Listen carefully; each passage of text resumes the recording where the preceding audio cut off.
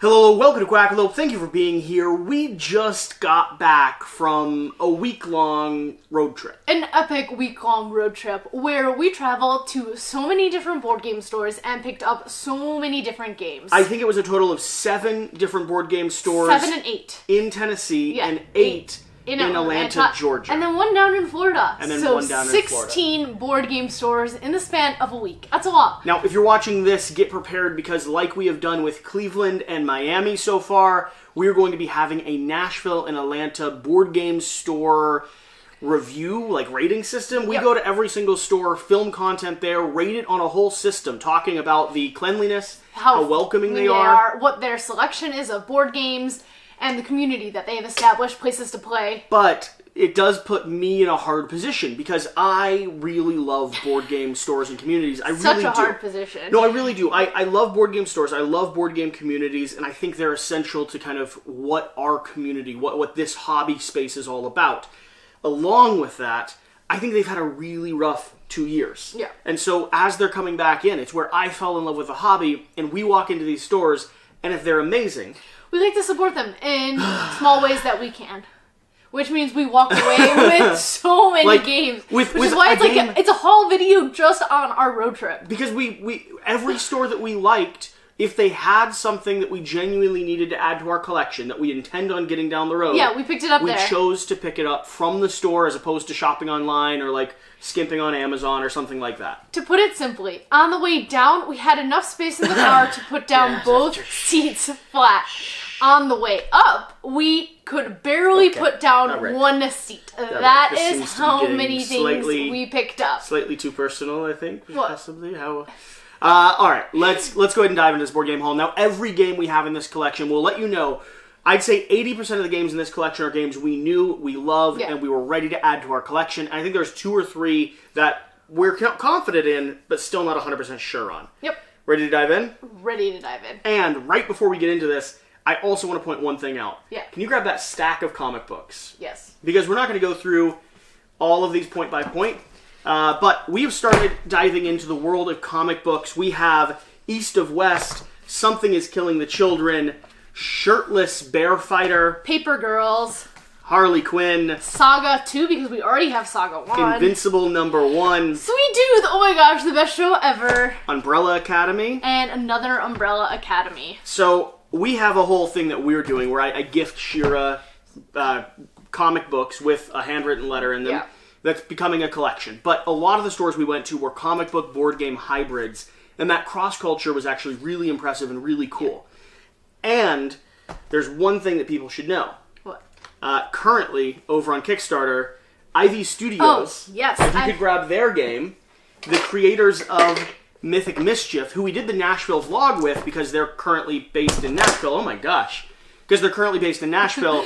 Ivy Studios just launched their first ever comic book. Comic book, yeah. One of their art designers has been working on a comic book for like 2 or 3 years. We got a chance to hang out, meet with them, and they hit launch on Kickstarter. Yeah. We're backing it. We're excited for it. But I don't think a lot of people in the board game space know about it. Yeah. So I wanted to give them a little bit of love. I'll have a link at the top of that video description. They don't know I'm doing this for the record. They're just amazing. And starting with the first thing that we picked up, Mythic Mischief, the Ghosts expansion, or set our people, the Ghosts. They're really cool to play with, and they're hard to get. Well, no, the only expansion we don't have. Yeah, and they only made one copy. They're hard to get. They're hard to get because this is the prototype demo copy. The only one of its kind available. That doesn't. And Austin gifted it to us. Although Mythic Mischief is on the way, so I'm so excited. Should be here to all of you soon. Let me grab a game. Chrono Corsairs. This is a fascinating one. We picked this up for 3 reasons. Yes. First and foremost, this is a TMG game. Yep. TMG went out of business. I don't know if you all have been following along with that, but anytime we see their titles on a retail shelf, I just check. I check to see if it's one that I want because they're going to be harder and harder to get as time goes on. They've made some really good quality games, and while not all of them are a hit, some of them are a slight miss, they're still worth checking out. Yeah. Chrono Corsairs, for the second reason, is a game I have actually played before. Yeah. We did coverage on this back when it was first coming out, and I remember being really intrigued, and I want to dive back into this one. Chrono Corsairs is a game that operates off of this recycling time system. So you're starting by doing your actions. You're placing your workers, spawning them onto the board. You're programming what they're going to do on this island to go collect resources. Then time rewinds, everything resets to 0, and you're doing the same exact thing, the same day, over and over and over again, with one little change, one little adaptation on what you just did. So the puzzle is just a constant evolution of that programming sequence. So interesting. It was really cool, and I think it is one that I might actually like permanently have in the collection. And the third reason is that it was on sale. It was on sale. I mean, this was a no-brainer at $35 with a buy one get one. Yeah. Holy cow! It was like $15 to retest a game I remember enjoying a lot. Yeah. But in the meantime, that one's kind of in the middle ground till I get a chance to play it. This one is definitely not... You dropped one. This one is definitely not in the middle ground. This is Inish. And oh my gosh, I'm pretty sure this one for sure is in my top 10. It is a fantastic area control game where you are drafting the same set of cards repetitively in a circle. And you're trying to hate draft what you don't want the players next to you to get, but you're also trying to keep the best cards. It's delightful, and I love it. Here's the thing. I didn't like this the first time. Yeah. I just had a replay of this recently. Very charming, and I won. So much better growing on me. The one thing that we didn't pick up from one of the stores that we were considering supporting is the expansion. And that's because their box was damaged. Yeah. But we would have got them both if their box hadn't been damaged. Yeah, hopefully we can get the expansion. On my side, this is another little expansion for Nidavellir. It's Thingvellir.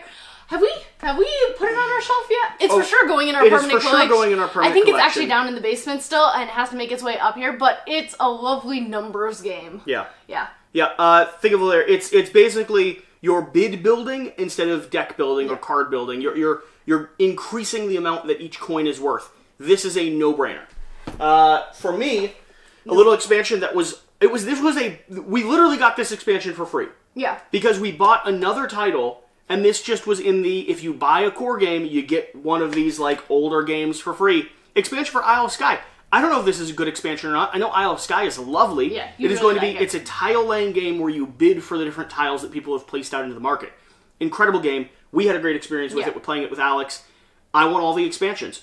We saw some more on our trip that we didn't manage to pick up, and we're hopefully going to grab them all and give them all a try. It's interesting. This one looks like it adds some like resource manager, like a board that's... I love making the little villages and trying to connect things. Cool. It's cool. I don't care what it is. I want to play it. This we actually picked up. We picked up from Kentucky. Yeah. We stopped by your parents' place and grabbed some games that had arrived there. This is the prototype version, and this... Now, do you know why I left this in this video? No, I don't. Not a clue. So on the trip, we played a little game called Hive.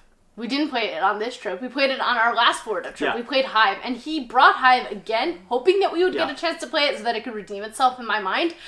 I enjoy power plants more so than Hive, and I have a feeling I'm about to get a whole bunch of hateful comments in this selection. But that's like they're similar games. They're tile laying. They're little hexagonal tiles that have their own little puzzle. Power plants is maybe a little bit more area control, where Hive is a little bit more chess-like. Yes, and so that is probably the key difference for me. I love area control. The only criticism that I had on power plants, which hopefully they're going to develop further, is that you have to constantly look at the rules for each faction. Yeah. And that was like the one thing that was a little bit annoying. I'm willing to give Hive another shot. I like the clinky pieces. It's very, very clinky. I like the mini Hive. Since she is trying to get rid of Hive, I went ahead and grabbed Power Plants to incorporate into, our playing repertoire. Till the final version came. The Ketchup expansion. Food Chain's already part of our permanent collection. Yeah. We both absolutely love the game, with the caveat that sometimes it can be frustrating because it wants you to go down this single programming route. And if you get knocked out of the game early, you're out of the game. It is...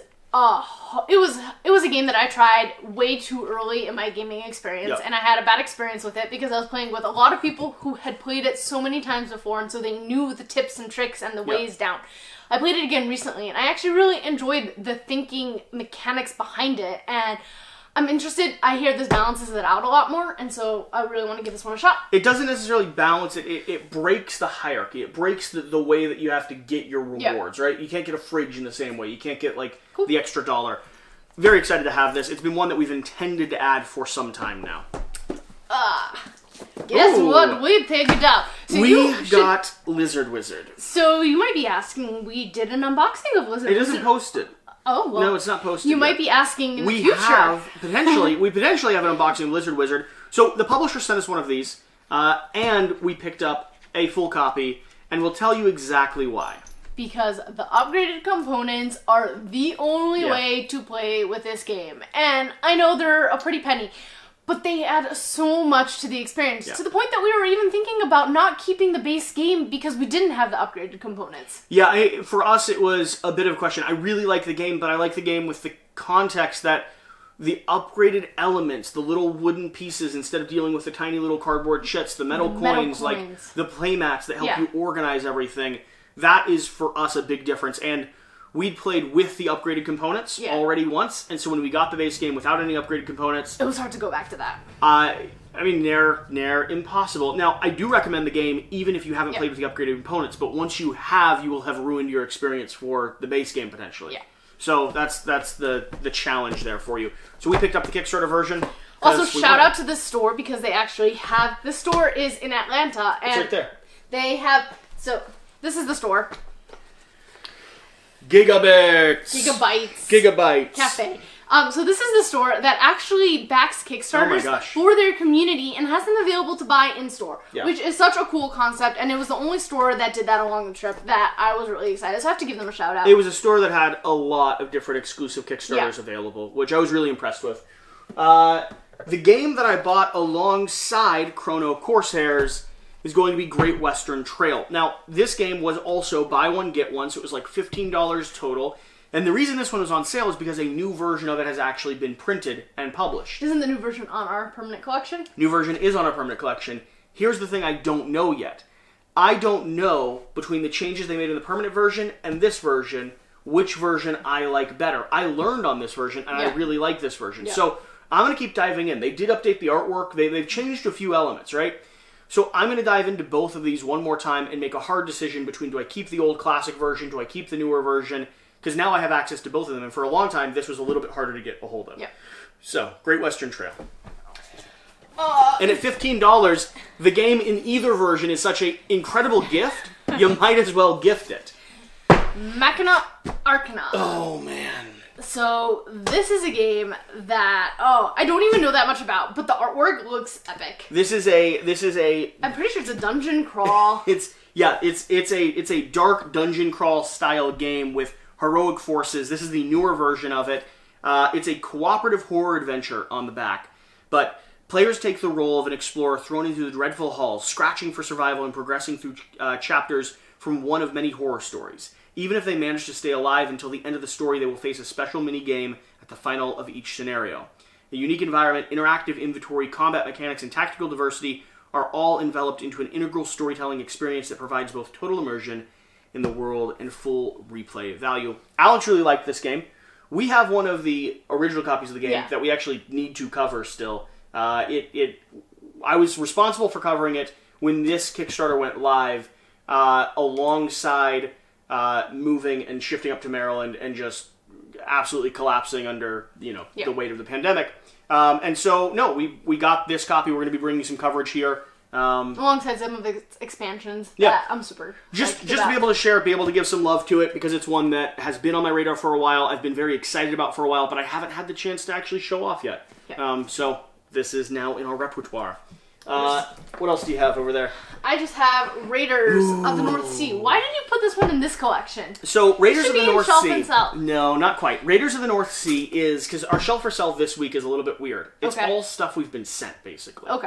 Raiders of the North Sea is a game that we looked for at every store we went to, because it's one of the top 100. Yeah, and it's in the next kind of 5 that I'm trying to get played. Every single store only had the big box expansion that we're just not ready to dive into. And all the other little expansions. No, the big box wasn't an expansion. Big box is just storage. Right, big box is storage for all the expansions. And they would have all the expansions, but they didn't have this base game. And while we're not ready to dive into all the expansions, we do need to play the base game, for sure. So I went ahead and picked it up when we got back from the road trip, which means it counts as a road trip game. Fine, minor technicality. You want to talk about this? Margraves of Valeria. We just recently picked up all of the Valeria stuff, because there's a new Card one coming Kingdoms out. was fantastic. We haven't played the Shadow one yet. Nope. And then we have Margraves. And Margraves is one that I've actually played, and I enjoyed it pretty decently. That's weird terminology. I enjoyed it a lot. And I was sad when our friend got rid of his copy because... But you weren't 100% convinced. But I wasn't 100% convinced. And now that Jesse's really liking Card Kingdom, Mostly he loved the the artwork. He loves the artwork, and he loves the theme and the story behind it. I'm hoping that he'll be the person I get to play Margraves with, because I was sad that it had gone away. I like sets of games. Yeah. So, like, this set, like the Raider set, if I fall in love with it, I want all of it. Yeah. Margraves set or Valeria set. Valeria. If I like a Valeria game, you want as long as I kind of like most of the Valeria games, I sort of want all the Valeria games. Card Kingdoms is still hands down the best. Card Kingdoms is fantastic. I actually just got sleeves for it so that we can sleeve it and play it. And then the last set of things I think we have some You're Marvel... missing a game. Did you purposely leave it out? What am I missing? Railroad Ink. Ooh, well, we already covered it a little bit, but I am purposely leaving it out, Okay. I suppose. So I got some Marvel Champions expansions that I don't have. I'm now subscribed to the service that just sends you all of them, which is fantastic for me, but I do have some historic ones that I didn't have, and I am still really loving Marvel Champions. I think there was one here that you were hoping to buy that would entice me to play it again. The Scarlet Witch. Yeah, That's we'll see if we can... probably the favorite. We'll see if we can find any context that might make Shira try to play the game. Yeah. So that's our road trip haul. Out of all of these, like I said, the vast majority of these are in our permanent collection. Yep. The ones that we're not 100% sure on yet is which version of Great Western Trail. Yep. Margraves, still about a question mark. Chrono Corsairs. Chrono, yeah, it's on the edge, though. It's on the edge. I feel pretty confident about it. Raiders of the North is on the edge. Yep. But other than that, I think we're pretty much investing in everything else. Yeah. So, yeah. Thank you for watching. Thank you for being here. Hopefully you found this road trip vlog interesting. It's not a vlog. It's a haul. We're here in our living room. Yeah, we're back. Finally. Yeah. See ya.